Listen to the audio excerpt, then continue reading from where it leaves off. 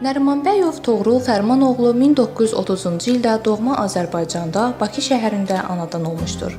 Nərimanbəyovlar nəsli Qarabağda Şuşanın varlı hallı nəsillərindən olmuşdur. Toğrul orta məktəbi qurtardıqdan sonra rəssamlığa böyük maraq göstərdiyi üçün rəssam olmaq yolunu seçmişdir.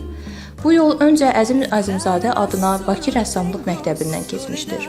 1940-cı ilin axırlarında bu məktəbə qəbul olunan Toğrul Nərimanbəyov 1950-ci ildə təhsilini başa vurub elə həmin ili də Litva Dövlət Rəssamlıq İnstitutuna daxil olmuşdur. O, 1955-ci ildə Vilniusda Rəssamlıq İnstitutunu bitirmiş, həm də SSR Rəssamlar İttifaqının üzvü olmuşdur. Toğrul 1955-ci ildə Vilniusda Rəssamlıq İttifaqını bitirib Bakıya qayıdanda nə az, nə çox, düz 25 yaşı vardı. Daha sonra 1964-cü ildə Azərbaycanın əməkdar rəssam adını almışdır. Çox keçmədən 1967-ci ildə Azərbaycan Xalq Rəssamı adına layiq görülmüşdür. Rəssam dünyada və eləcə də Azərbaycanda bir çox orden, diplom və fəxri adların sahibidir.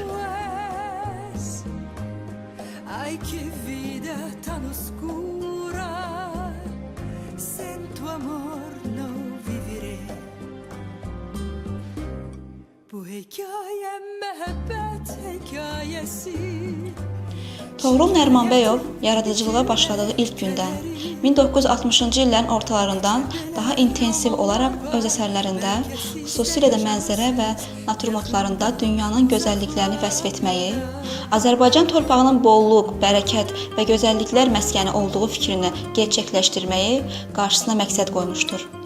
Bu məqsədlə o, həmkarı və yaxın dostu Səttar Bəhlulzadə ilə birlikdə Azərbaycanın bütün bölgələrini qarış-qarış dolaşmışdır.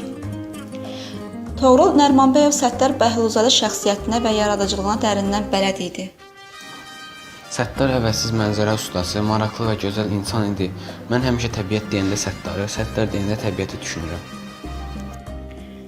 Bu səfərlərin nəticəsi olaraq rəssamın naturadan çəkilmiş bolluq, Göyçay bağlarında rəngkarlıq nümunələri meydana gəlmişdir.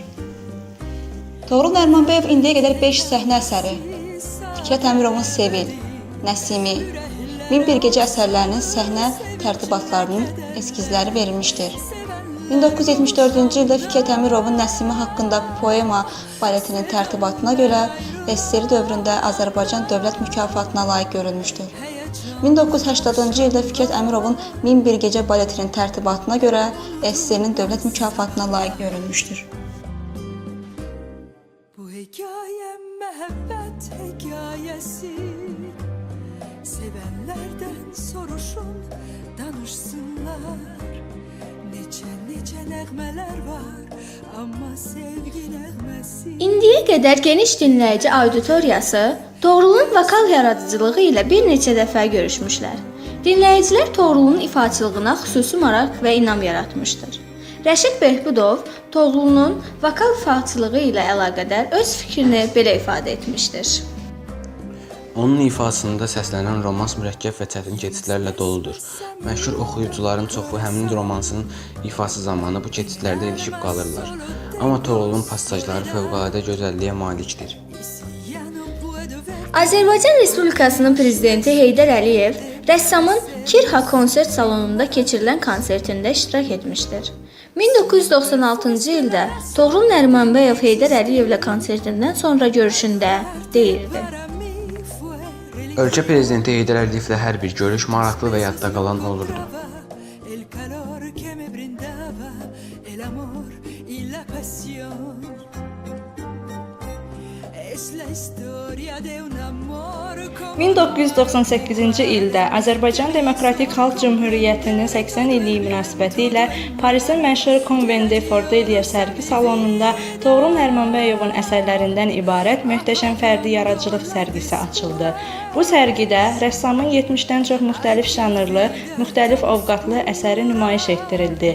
Rəssamın Bakı dövrü yaradıcılığının bəhrəsi olan Köhnə Bakı, Qədim Bakı, Səttar siqaret çəkəndə, Saint Michel əsərləri ekspozisiyada kəskin təzad yaratsalar da, sərgiyə gələnlərin diqqətini çəkib onlarda xoşovqat oyatdı. Romanlar var, bəlkə siz də yaşamısınız yaxında, uzaqlarda. Bütün dövrlərdə və zamanlarda xalq həyatının, məişətinin, etnoqrafiyasının, eləcə də adət-ənənəsinin, ruhunun, əhval-ruhiyyəsinin təsviri sənət adamları qarşısında duran ən önəmli vəzifələrdən biri olmuşdur. Toğrul Nərimanbəyov deyirdi: Yaradıcılıqda tələm-tələsik bir mövzudan başqa mövzuya keçmək, atlamaq yox, daim improvizə etmək lazımdır. Çalış sən bir mövzunu dərindən öyrən, mənimsə, sonra o istiqamətdə iş gör. Onda sən həm özün üçün, həm də başqaları üçün kəşf etmiş olarsan. Toğrul Nərimanbəyov da bütün yaradıcılığı boyu xalq həyatının sevgi ilə təsvirinə xüsusi bir üstünlük vermişdir. Öz sələfləri kimi Toğrulun da kətan üzərində yaratdığı dünya həmişə çox predmetli və konkretdir. Rəssamın Bayram, Bakı ətrafında bazar, Bakıda bazar belə əsərlərindəndir. Toğrulun xalq həyatının təsvirinə həsr edilmiş Çayxanada səhər, muğam əsərlərində xalq ruhu və ovqatı olduqca təbii, inandırıcı verilmişdir. Toğrul Nərimanbəyov çoxçalarlı yaradıcılığında başqa janrlar kimi portret janrına xüsusi üstünlük verir. Bunun nəticəsidir ki, onun zəngin portretlər qalereyası mövcuddur. Müxtəlif dövrlər, zamanlara çəkilmiş bu portretlər arasında həm çox məşhur olan, həm də tanınmayan adamların portretləri vardır. Bunlardan anamın portreti, Səttar Bəhlulzadə papiros çəkərkən, dayəmin portreti, Sevil və onlarla tanıdığımız və tanımadığımız şəxslərin portretləri.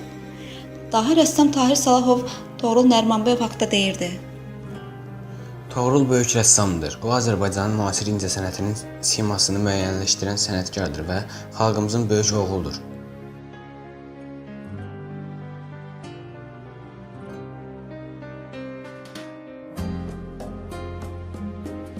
SSR və Azərbaycan xalq rəssamı Toğrul Nərimanbəyov 2013-cü il iyun ayının 2-də Paris şəhərində vəfat etmişdir.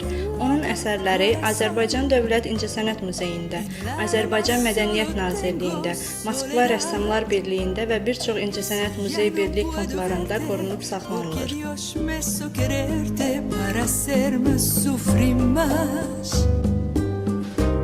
Siempre fuiste la razón de mi existir.